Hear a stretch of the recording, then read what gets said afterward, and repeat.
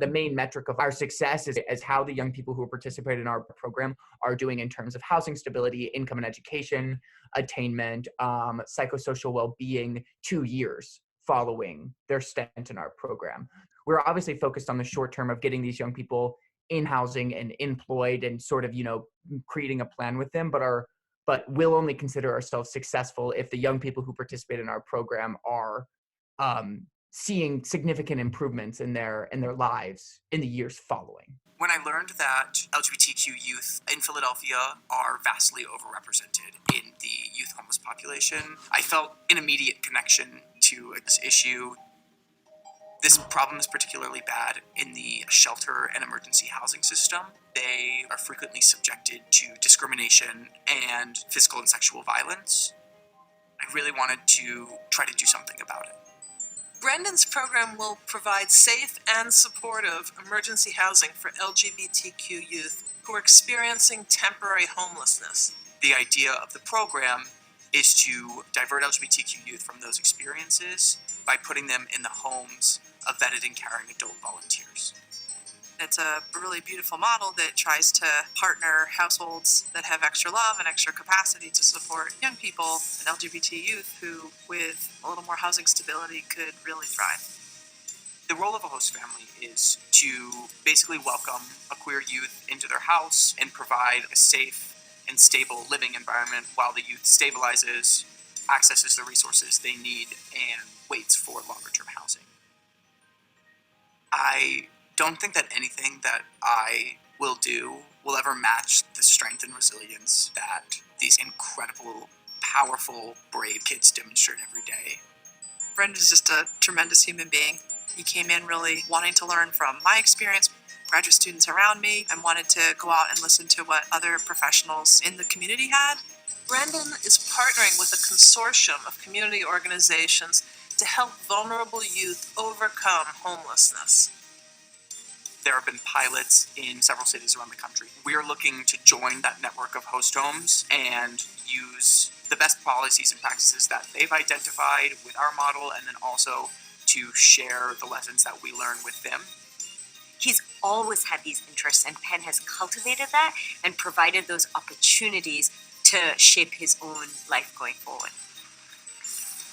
I've grown so much in the last 4 years, and I feel so ready to go out in the world and take my shot. To anyone who wants to use their education at Penn to make a difference, the resources are there, the people are there, the community is there, the platform is yours. Don't be afraid, you can do it. Hello friends, Christine here with the Coliving Code Show every Wednesday on YouTube and Spotify and SoundCloud and iTunes, so you can listen anywhere you want. And real quick, I want to let you guys know about an open co-living forum that I am hosting on Zoom every single Wednesday. We've had such an amazing turnout. We've ran it for 3 weeks already, and so definitely reach out to us if you'd like to join us. This is anybody to do with co-living, so it doesn't necessarily have to be operators. It's real estate developers, investors we've had on, lawyers. They all have some sort of stake in co-living. So it's just been really cool to share tips and strategies on how everybody's dealing with COVID within their co-living communities and in this industry. You know, we're coming out really strong thus far, which is so cool to see. I really think co-living is actually going to have a massive surge once we come out of this. And also, we've been onboarding everybody onto Kindred, which is super exciting. You know, I know March was pretty scary for everybody, so it was quiet. But I think now people are realizing that they have time to implement new software, obviously. So thank you so much for everybody coming onto the Kindred platform right now. It was 20 long months of building it out, but we're so excited that we launched. So speaking of launching, let's go straight into launching this week's episode. Brendan is the founder of the Homeward Initiative. He actually got a $150,000 grant that he won from the University of Pennsylvania shortly before he graduated in 2019. He created the Homeward Initiative to address the dire lack of LGBTQ-affirming resources for homeless youth in Philadelphia, who compose approximately 40% of the youth homeless population. And we definitely dive deep into that. The model, called host homes, diverts young people from shelters in the street both of which are extremely dangerous, by placing them in the homes of vetted and caring adult volunteers while they wait longer for term housing. This is like Airbnb, but for a good cause. Brendan is passionate about co-living because he believes that community and belonging are to the soul what food and water are to the body, essential to our survival. He plans on dedicating his life to empowering people to find a place where they belong. So again, amazing conversation. He is an amazing human being, and I know you guys will really enjoy this episode. Okay, everybody, I am here with Brendan with Homeward Initiative. You guys just saw the video that did such an amazing job of explaining the program he got into. And congratulations on that $150,000 grant. That Thank is you. incredible. So yeah, Brendan, just launch into how you came up with this, how you got started, and talk about the program. Sure. So I just graduated from the University of Pennsylvania last May. And I really went in my freshman year with a goal of figuring out, how I could use my platform to really like make a difference in a way that perhaps people who didn't have the same access that I did could. And I spent a lot of time the first few years I was at school really trying to figure out like what my issue was. I think I found that I cared a lot about a lot of things, but nothing really like hit me super, super hard. When I was a junior, so in fall of 2017, I learned about the issue of LGBTQ youth homelessness, and it just really hit home with me. I was dismayed but not shocked to learn that LGBTQ youth are so grossly overrepresented in the youth homeless population. I think it's very logical if you take a second to consider it. As when you're a kid and you're growing up, the main two mechanisms of social support are your family and your school, and for many your church. And unfortunately, for a lot of young people, those institutions, those sources of support, are not welcoming to LGBTQ identifying young people, which can very easily lead to, you being 14, 15, 16 years old and having no one to turn to. And so when I learned that this was like a sort of like a statistically documented issue, I felt that I felt a really personal sort of a personal attachment, and I really wanted to try to do something. So I spent about 9 months researching the issue in Philadelphia. It culminated in a thesis that was sort of a needs assessment of the issue for the population in Philadelphia. And when I learned of the President's Engagement Prize, which is the name of the grant I won, I knew that it was the perfect opportunity to really take everything that I'd learned and really try to make a difference. So the reason that I settled on the host homes model was that one of the most dire needs in Philadelphia for LGBTQ youth is short-term housing. So there are a number of good longer-term housing programs, but they all are the demand way outstrips supply. Shelters are really dangerous for all youth, but particularly for LGBTQ youth. So I knew that we had to do something that provided a safe alternative. And one thing that it's very important to me is I think that a sense of belonging is as important to our well-being as like food and water are to our body.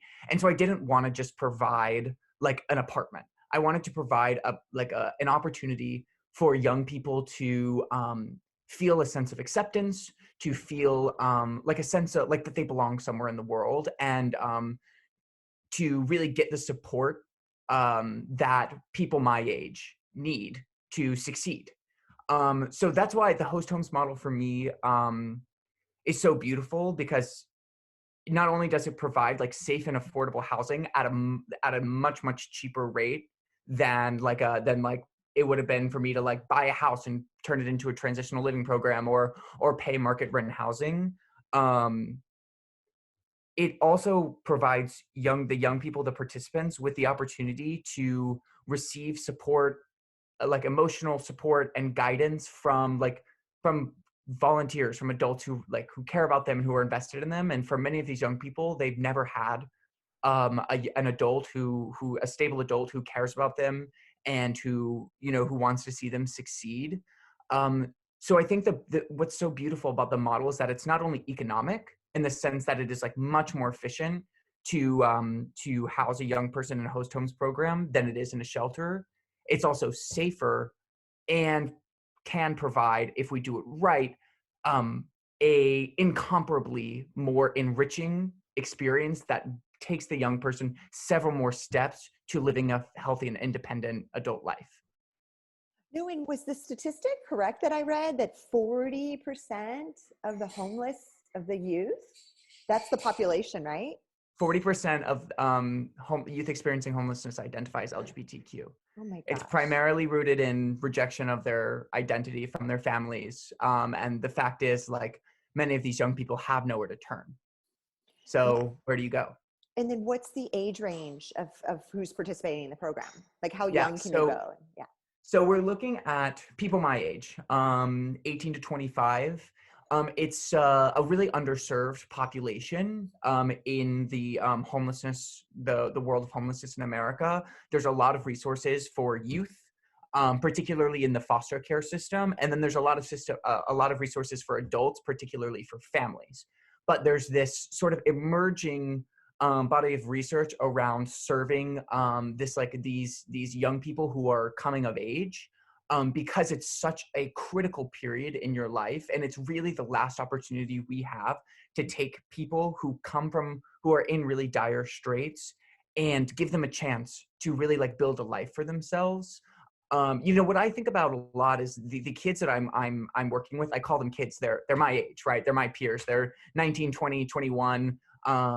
Several of them are a lot of them are older than I am, and but the thing is they're all trying to figure out the same things that I am.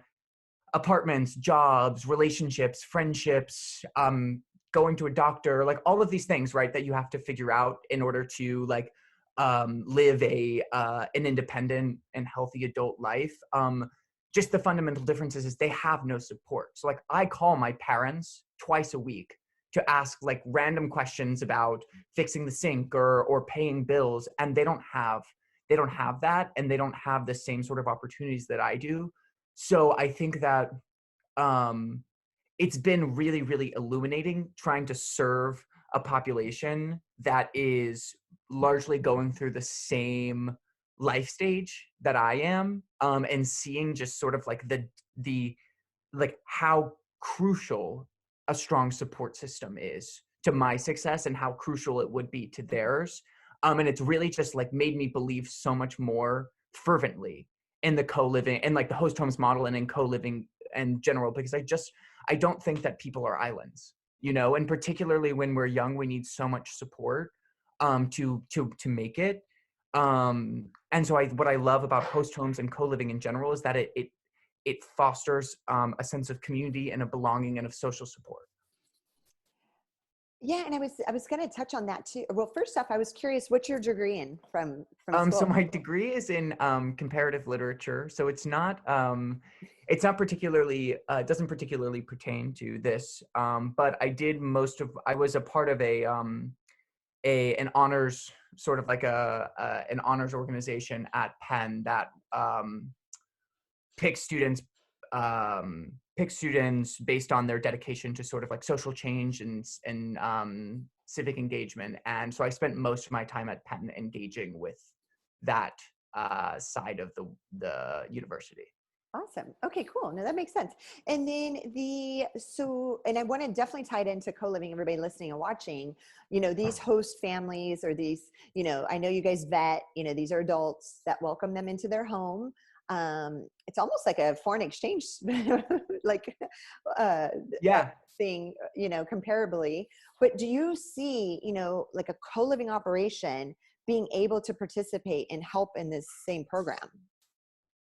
Yeah, so it's something that I'm extremely interested in exploring. The models that I haven't seen a housing model in my research that incorporates sort of the co-living aspect of like of housing with like the social service aspect of host homes. But I think that there's a real possibility for it, because I think that the people who are interested in co-living are obviously interested in community and interested in sharing space. And these young people, right, they're it's not like they particularly with the population I work with, they're highly independent, right? Like these are kids who are surviving on the streets. They are figuring it out. They are so much like stronger and more resilient than I will ever be. And so I think the thing about a co-living model is that what I'm really interested in exploring is sort of like social, sort of like social impact business models, right? So where you have an organization like Kindred who runs, you focus on entrepreneurs. So you have, let's say, just throwing it out there, like 70% of the residents pay the full rent. And then you say it's like mixed income housing, right? You save 30% of the spots for people who are coming from much more disadvantaged backgrounds, but who also want to be entrepreneurs, right? And then not only are you providing them with the housing and with that social support, the sort of like informal social support, you're also providing them with opportunities to get mentorship, which is one of the biggest ways in which, I think higher education and just like privilege in general plays out in the workspace is, I, for example, because I went to Penn, have access to this amazing network of mentors. And I can reach out and I can say, and I can ask, how did you get here? What did you do? And I can learn from them and I can make connections to them. And like homeless kids, for example, don't have that same kind of network. So if you take a model like Kindred and you give these kids, like let's just say homeless young adults, for example, the opportunity to mix and mingle with like successful entrepreneurs, like you empower them to pursue those things as well. And then is there subsidy on the rent, or do they live completely rent free? So we provide a shallow rent to the hosts. In the vein of $250 a month. It's an optional stipend.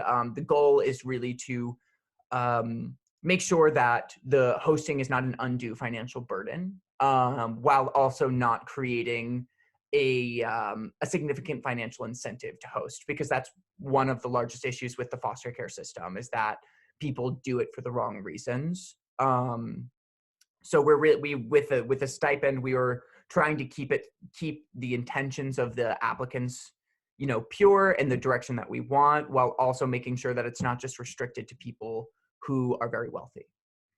No, that makes sense. And then what about food, like monthly food budget, all that stuff? So yes.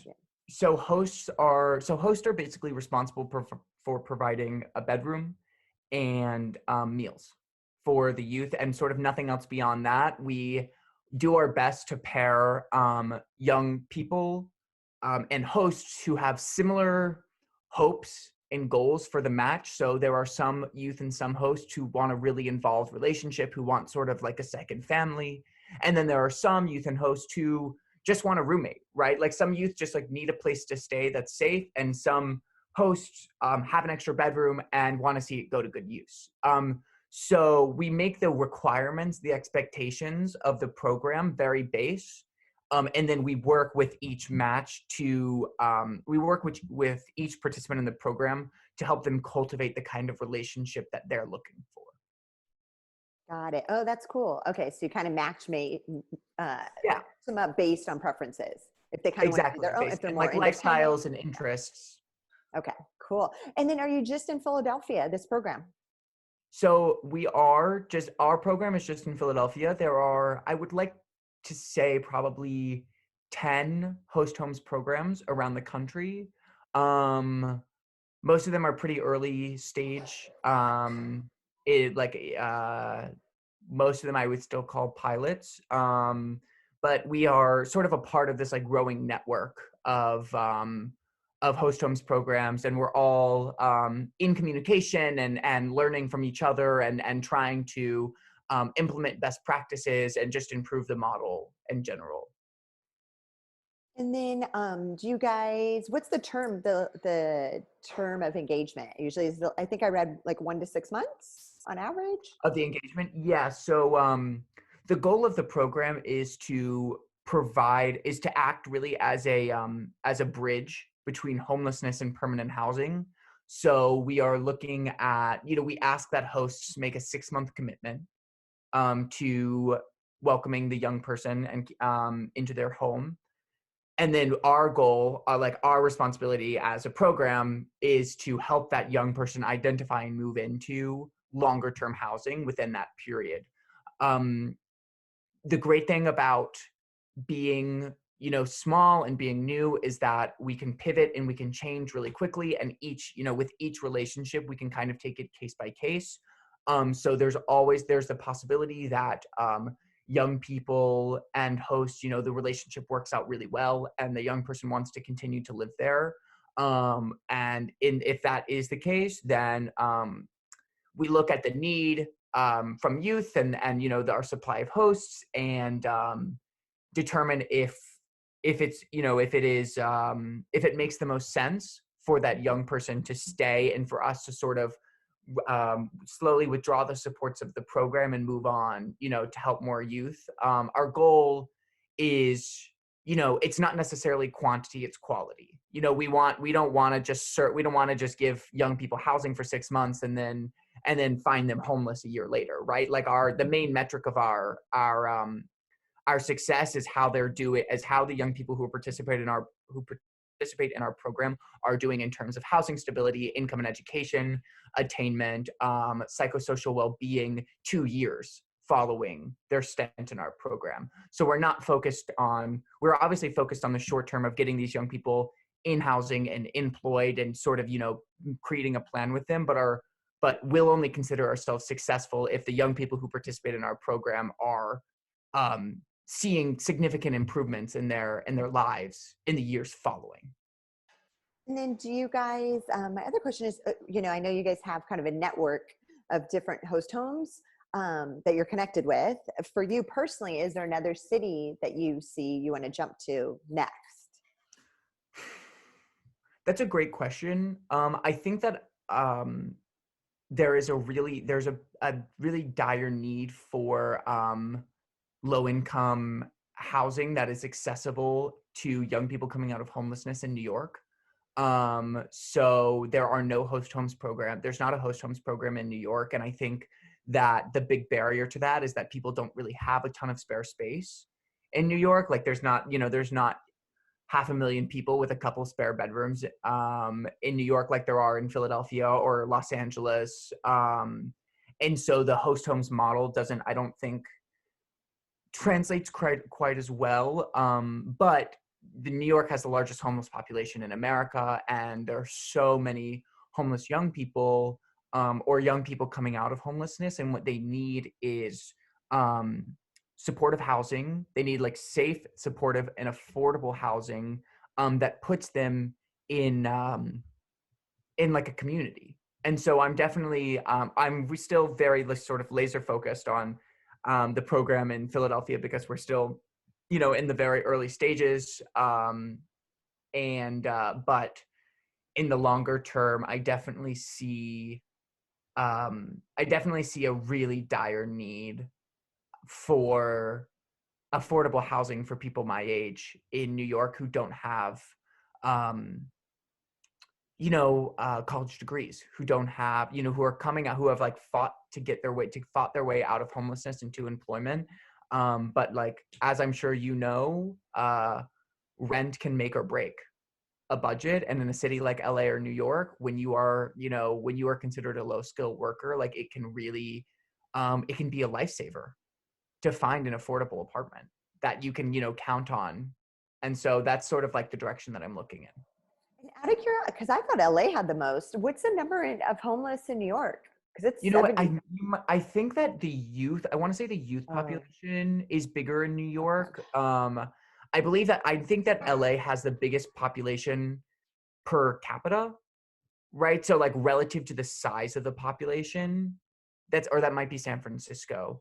LA and San Francisco both, it's like New York, LA, and San Francisco are the top three. New York has the largest homeless population, like in terms of pure numbers, but I think per capita, LA and San Francisco are both higher. Oh my gosh, it's so sad because Los Angeles is 70,000, and that's like the size of a city itself. Yeah, it's crazy. It's crazy. And so let's see here. Two more questions. The next one is like talk about maybe some of the types of hosts, a little bit about the hosts that participate in this program. Sure. So hosts come from all different backgrounds. They could be working or retired, married, single, straight, gay, black, white, like we are seeing interest from people of all different kinds and all different backgrounds. The thing that unites them all is that they all have an interest in, LGBTQ youth and care about the challenges that they face. There's not really one uniting factor except for a desire to welcome a young person into their home and just provide like a safe and supportive space for them. I think that with a model like this, you see a lot of people, a lot of older parents. So, parents whose kids have moved out, who have the space and have that sort of like those like parental instincts and like wanna be exercising them. I know my parents are definitely like that. And then we also have seen like a number of people who never had kids or haven't yet had kids. There are people who are interested in foster care, but maybe are not ready to make that commitment. And so this is like another alternative for them. And then there's also, we definitely have seen a disproportionate amount of interest from the LGBTQ community. There's definitely a sense of, and this was what I was really counting on when I proposed the program, is that there's definitely a sense of like community ethic, this sense that like, I think every person who identifies within the LGBTQ community can empathize with what it feels like to not know where you belong and to not feel like the place you grew up and the home that you grew up in was like a place you could really like be yourself. And so I think that this program really resonates with the entire community, because I think everyone, including myself, like sees a bit of themselves in these kids who end up, on the street. Yeah, no. And I was just thinking, it is a great social good that an co-living operator, and we did a great episode back on Christmas Day with Haven, Heidi with Haven, which houses homeless. So they do co-living specifically for homeless. I think they're housing like 80 people already in different homes. It's really exciting. I kind of saw a sense of, an operator could donate to that cause and help house people separately. But similar to what you're doing, it would be cool if an operator thought like, hey, let's maybe 10% of our vacancies we can set aside for this program, welcome them into the home. And it's that social good aspect of the operator of like giving back, right? Yeah. So I definitely wanted to, like, my last question was like, everybody that's watching, it's not just operators, it's also investors and real estate developers and all sorts of people that listen to the show. What would be the best way to help your organization? That's a great question. I think that what we are going to be exploring going forward is how we can scale this program really so that there are no spare bedrooms that could be used and that like people that the owners want to be used. And I think what that's going to take is a